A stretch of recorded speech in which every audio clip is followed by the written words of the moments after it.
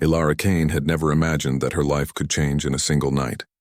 At 18, she had spent most of her days working the dry red soil of Mars Colony Delta with her father.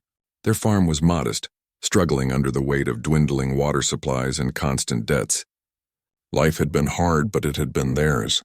Her father, a stubborn and proud man, had always promised her that as long as they worked together, no one could take what they had. Yet that promise had limits, and tonight those limits were about to shatter. The syndicate came at dusk. Their ship hovered over the settlement like a silver predator, reflecting the fading light of the twin Martian suns. The collectors were not ordinary men. They were tall, alien, and dressed in sleek uniforms that shimmered with strange energy. Their faces were pale and sharp, their eyes cold and calculating. Alara had heard stories about the Yaren Syndicate, a secretive alien organization that lent help and took control in equal measure. Now they were here and the debt had to be paid. Her father's hands shook as he met their captain's gaze. "I have nothing left," he said, voice breaking. "No credits, no supplies. I can't pay you." The captain's silver eyes narrowed. "There is always a way to repay," he said, his voice soft but firm. "A life is a currency." Alara's heart sank as her father's words trembled through the air. "Alara," he whispered. She knew what he was about to offer, and the world seemed to stop. I will go," she said before he could speak again. Her voice was steady, but inside fear twisted in her chest. She knew what this meant. To the syndicate, she would not be a daughter or a girl. She would be a price, a guarantee for a debt her father could not pay. But her mind refused to dwell on the fear. If this was what it took to save him, to save the farm, she would endure it. The Yaren did not touch her roughly. They led her aboard their ship with quiet efficiency. The interior was unlike anything she had seen. Walls of polished metal that seemed alive, lights that shifted in color like liquid, and corridors that hummed softly with energy. She walked through it silently, her eyes wide with both awe and anxiety. She was brought before Captain Varric. His presence was imposing, his silver eyes observing her carefully. "You understand your position," he said. "You are not a guest. You are not free. You are the payment for your father's debt."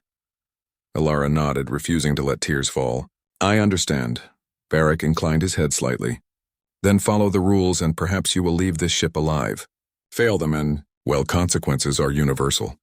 She was taken to a small cabin with minimal furnishings, a bed, a desk, and a view of the Martian horizon that looked distant and cold. As she sat on the edge of the bed, the reality of her situation sank in. She was alone, except for the aliens who watched her carefully. Yet within her, a spark of determination began to grow. Humans had survived countless dangers on Earth and among the stars. She would survive this too. That night, the ship vibrated softly as it slipped through the thin atmosphere and into orbit. Alara wandered to the observation deck, pressing her hand against the cool glass. The planet below looked small, fragile, and yet familiar. Her father's farm lay somewhere beneath the rust-colored plains. She had left it all behind, but she carried it in her heart. The crew moved around her with purpose, but their whispers drew her attention. Something had happened in the med bay. One of the junior officers glanced at her, and then back at a sealed room. Curiosity pushed her forward, though caution urged her to wait. The door to the med bay was sealed with a barrier she could not pass, but she could hear the faint, uneven rhythm of breathing, a life struggling to survive. The next morning, she finally saw it. The hatchling was unlike anything she had seen before. Its skin shimmered faintly, silver blue in the light, and its eyes were wide and fragile. It was smaller than a human child, and yet its presence filled the room with a strange intensity. The medics hovered around it, their hands trembling. Despite their advanced technology, they could not stabilize it. Each monitor beeped a warning, each screen showing fading numbers, and the hatchling's tiny chest rose and fell with difficulty. Alara felt her heart tighten. She could not stand by. She stepped forward, ignoring the startled looks of the aliens. "Let me try," she said softly. Varric appeared behind her, his expression unreadable. You are a human. You cannot—" "I can," she interrupted, though even she was unsure. She remembered the lessons her mother had taught her, how to care for the sick, the injured, the fragile. Instinct took over as she approached the hatchling. Her hands hovered for a moment, uncertain, before she began applying pressure to its chest in slow, measured rhythms. She breathed with it, matching her pattern to its weak pulse. Minutes passed like hours. Sweat dampened her brow, but she did not stop. The monitors flickered under her touch, and the beeping seemed to slow, then stabilize. The hatchling shivered, then gasped, a small, soundless cry that filled the room with hope. Varric's eyes widened. The crew fell silent. A human girl, just a child of 18, had stabilized a member of their species when all technology and experience had failed. The room seemed to hold its breath. The hatchling's eyes blinked at her, and for a moment, it was as if it recognized her, and not as an intruder. Not as a slave, but as someone who had given it life. By dawn, Ilara was exhausted, yet something in her chest soared. She had done the impossible. The crew spoke in hushed tones, and even Varric, who rarely showed emotion, nodded in a manner that seemed almost respectful. She had changed the perception of the humans aboard his ship. They were no longer fragile beings. They were capable, unpredictable, and resilient. Ilara returned to her cabin, sitting by the small window as the Martian landscape receded below. Her thoughts were a whirlwind. She had come aboard as a pawn in a debt, yet she had already proven that humans could not be underestimated. A sense of pride warmed her heart, but the shadow of the future remained. The Syndicate had their eyes on her. She could not forget that. Still, in the quiet of the ship, she allowed herself a small smile. If a human girl could save an alien life, what else could she achieve? The thought filled her with a strange, dangerous hope. Outside, the stars stretched endlessly, a vast expanse of unknown worlds and possibilities. Ilara Kane, once a simple girl from a struggling Martian farm, now held the attention of the Yaran Syndicate. By dawn, she was no longer merely the price for a debt. She was the human who had held alien life in her hands and returned it to the living. And in the deep corridors of the ship, whispers spread quickly. Perhaps humanity was more than they had ever imagined. The horizon glowed with the first light of the twin suns, and Ilara watched as the ship moved further into the dark unknown space. Somewhere ahead, challenges waited, but for the first time, she felt that she would not face them alone. She had survived the first test, and this was only the beginning. Days passed aboard the Yaran ship, and Ilara's place had quietly shifted from captive to vital member of the crew. Though technically a payment for her father's debt, her actions in saving the hatchling had earned a cautious respect. Crew members who once avoided her now glanced her way with curiosity. Even Captain Varric, the tall silver-eyed alien who had first assessed her as nothing more than a human commodity, began to speak to her in ways that suggested consideration rather than command. Ilara spent her mornings in the med bay, caring for the recovering hatchling, whom the crew had tentatively named Koresh, meaning life-giver in the old Yaran tongue. Though fragile, Koresh grew stronger each day under her watchful eyes. She learned the rhythm of its breaths, the way its tiny limbs flexed, and how subtle shifts in energy could signal distress or comfort. The alien technology in the med bay was unlike anything Ilara had ever encountered. Machines floated in mid-air, panels shifted with gestures, and the monitors responded to thought as well as touch. At first she struggled. She was human after all, and used to physical effort rather than energy manipulation, but she quickly realized something important. Human intuition could complement technology in ways even the Yaran had not expected. A gentle touch, a steady hand, a patient gaze. These were as powerful as any alien tool. Her confidence grew, but so did her awareness of danger. The Syndicate was vast, and other factions coveted Koresh. An unprotected heir, even in the hands of a cautious captain, was a target for kidnapping, ransom, or worse. One evening, while assisting in the med bay, she overheard two junior officers speaking in hushed tones. "The rival clans won't wait," one said. "They know a human girl healed Koresh. They'll try to use her to get him." Ilara's stomach tightened. She had survived being sent as a pawn, but now it seemed she might be used again. This time by forces she could not see or control. Yet fear did not dominate her. Humans had a stubborn kind of courage, one born from survival against impossible odds. She had faced danger before. She could face it again. It came faster than anyone expected. The ship had entered the asteroid belts near the Korath cluster, a dangerous route even for experienced navigators. Suddenly alarms screamed. Red lights pulsed through the corridors. Alara raced toward the bridge, following the path of the crew already in motion. Through the viewport she saw them, sleek black pirate vessels moving with precision, weapons glinting under the starlight. Pirates, Varric growled, his voice low but steady. He moved to command the bridge, but Alara hesitated. Her training was minimal, but her instinct was sharp. She had observed the ship long enough to notice weaknesses. Life support vents could be rerouted, shields could be enhanced, and emergency systems could be improvised. "You won't last long if you fight alone," Varric said, noticing her pause. "I'm not fighting alone," she said. "I'm human. And humans survive when no one expects them to." Before he could argue, she dashed into the engineering section. Panels hummed, lights blinked.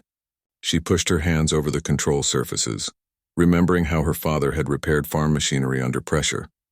Logic, observation, and instinct merged. She rerouted energy from secondary systems into the defensive shields. The pirate weapons fired, but the shields flickered back into place. One hull struck, sending vibrations through the deck, but the ship held. Alara then noticed another problem. Oxygen levels in the lower decks were dropping, likely from damage sustained by a hull breach. Without hesitation, she vented pressure to prevent catastrophic loss and adjusted the circulation to stabilize the compartments. Crew members watched in awe as the human girl who had been considered fragile saved both their lives and the vessel itself. When the fight ended, the pirates retreated, unwilling to risk further loss. The ship was battered but functional, and Koresh slept peacefully, unaware of the danger it had narrowly escaped. Varric approached Alara afterward, his expression unreadable. "How did you know what to do?" he asked. "I watched," she said simply. "I observed the ship. I used what I knew. Humans survive by noticing things others ignore." For the first time, Varric laughed, a sound that echoed strangely through the corridor. It was not mockery, but genuine acknowledgement. "Perhaps humanity is more useful than we imagined," he said. Word of her action spread quickly among the crew. Humans were rare among the Yaren, and fragile ones even rarer. Alara's courage, intuition, and decisiveness challenged every expectation. She was no longer merely a captive. She was someone who could change the outcome of life and death. As the ship continued toward neutral space, a bond began to form between her and the crew, particularly Koresh. The hatchling, once frail and fragile, now clung to her with a growing trust. When she entered the medbay, Koresh reached out, tiny hands grasping for her. She held it close, feeling a pulse that resonated with life itself. In these moments, fear dissolved into purpose. She was not a pawn. She was a guardian, yet Alara's thoughts never strayed far from her father. She had saved an alien life, but her family still needed protection. She imagined the farm under the red Martian sky, the creaking beams of their home, the dusty fields. The thought of what she had left behind pushed her forward. She would survive, not just for herself, but for them. One evening, while tending to Koresh, Alara overheard a troubling message from the ship's communications array. "Other factions are watching," said one of the officers. "If the Syndicate fails to deliver Koresh safely, the human girl may be used to force their hand." The words chilled her. Even here, in a ship filled with allies, danger lingered. But Alara refused to yield to despair. She remembered every time she had risen from hardship on the farm. Every moment she had faced a storm or fixed a failing system. She could do this too. Humans thrived in adversity. Days turned into weeks, and Alara's skills grew. She could stabilize energy fields, manipulate alien systems, and even anticipate dangerous anomalies in the ship's path. Her presence became essential to the crew, and Varric, who had once viewed her with detached curiosity, now relied on her judgment. Then came the test that would define her place aboard the ship. While traveling near a volatile asteroid cluster, the vessel was ambushed again, this time a coordinated strike by multiple rival syndicates. Lasers tore through hull panels and the ship shook violently. Chaos erupted. Crew members shouted orders, alarms blared, and Koresh's cries pierced the cacophony. Alara acted instinctively. She ran to the bridge, bypassing security protocols with clever improvisation. She reinforced shields, redirected energy to maintain life support, and stabilized the ship's core systems. When Varric was injured by falling debris, she moved without hesitation, using her human ingenuity to prevent catastrophic failure. Every action was measured, precise, and decisive. The attackers were forced to retreat. The ship survived, battered but functional, thanks to the human girl who had once been a simple payment for debt. The crew's respect for her solidified into something more profound, a recognition that she was not only brave, but indispensable. After the battle, Varric stood beside her, his silver eyes reflecting a mixture of astonishment and admiration. "You have done what none of us expected. Perhaps we have underestimated humanity," he said. Ilara looked at him, exhausted but determined. "You shouldn't underestimate humans," she replied softly. "We survive because no one expects us to." That night, as the ship sailed through the dark expanse of space, Ilara sat beside Koresh, feeling the small heartbeat beneath her hands. She thought of her father, her farm, and the world she had left behind. She had entered the Yaren ship as a captive, but she had become something more, a protector, a healer, a symbol of what humans could achieve when forced to rise. Somewhere beyond the stars, the galaxy seemed to watch her, and though she was young, fragile by alien standards and far from home, she knew she could meet the challenges ahead. The human girl who had healed an alien hatchling, saved a ship, and defied expectations had only begun to show her strength. By dawn, the crew no longer whispered about her as a pawn or a captive. She had become someone who mattered, someone who could change fate itself. And as the twin suns of distant systems glinted through the ship's viewport, Ilara allowed herself a small, quiet smile. She was no longer just the price for her father's debt. She was a human, and humans always found a way to survive. Ilara Kane had grown into her role aboard the Yaren ship. The young girl who had once been a pawn of her father's debt was now a key part of the crew. She cared for Koresh, the alien hatchling whose life she had saved, and her human instincts had become a bridge between alien technology and raw intuition. She had earned respect, even admiration, from Captain Varric and the Yaren crew, yet she knew that respect was fragile. Danger still followed them, and the galaxy was vast and unforgiving. The attack came without warning. Syndicate assassins, alerted by rival factions, struck while the ship navigated the neutral space near the Corvus Rift. Their black, sleek ships cut through the void like knives, weapons charged and ready. The alarm screamed, red lights flickered, and chaos spread throughout the corridors. Crew members rushed to defensive positions, while Ilara's heart pounded with a familiar determination. Varric barked orders, but the ship's systems were faltering under coordinated attack. Shields dropped, power fluctuated, and life support threatened to fail. Koresh cried from the medbay, the hatchling's small form trembling under the stress. Without hesitation, Ilara ran toward the medbay, weaving through the chaos with a calmness that startled even the Yaren officers. The first challenge came as debris crashed down from a damaged corridor. Ilara dove, rolling onto the floor, and grabbed a fragment of the ship's paneling to stabilize the hull breach temporarily. Every movement was precise, learned from weeks of observation and instinct. Humans survived because they adapted, and adaptation had become her strongest weapon. Reaching the medbay, she found Koresh frightened but unharmed. The life support system had been damaged, and the hatchling's oxygen levels were dropping rapidly. Ilara assessed the situation quickly. Alien machinery responded to gestures, thought, and energy patterns, all of which she was beginning to understand. Using both human ingenuity and her careful observations of Yaren devices, she rerouted the ship's energy, stabilized the atmosphere, and reinforced the damaged sections. Koresh's tiny chest rose and fell more steadily, and for a brief moment she allowed herself a sigh of relief. Then she heard the comms. Pirates had boarded the lower decks. Varric had been injured in the fight, and the crew was struggling to hold the ship together. Ilara knew she could not wait. Humans acted when others hesitated. She pushed forward, improvising and bypassing security protocols, using systems in ways even the Yaren had not anticipated. Energy conduits were rerouted, shields reinforced, and the ship's core stabilized. Each action was a delicate balance between alien technology and human intuition. In the midst of the chaos, she noticed Varric struggling to rise after a heavy blow. Without thinking, she ran to his side, supporting him with her small frame. She guided him to a safer position, applied emergency stabilization, and even assisted in the field medical procedures with improvised techniques. The captain, who had once regarded her as a simple human pawn, now depended on her decisiveness to survive. The battle continued for hours.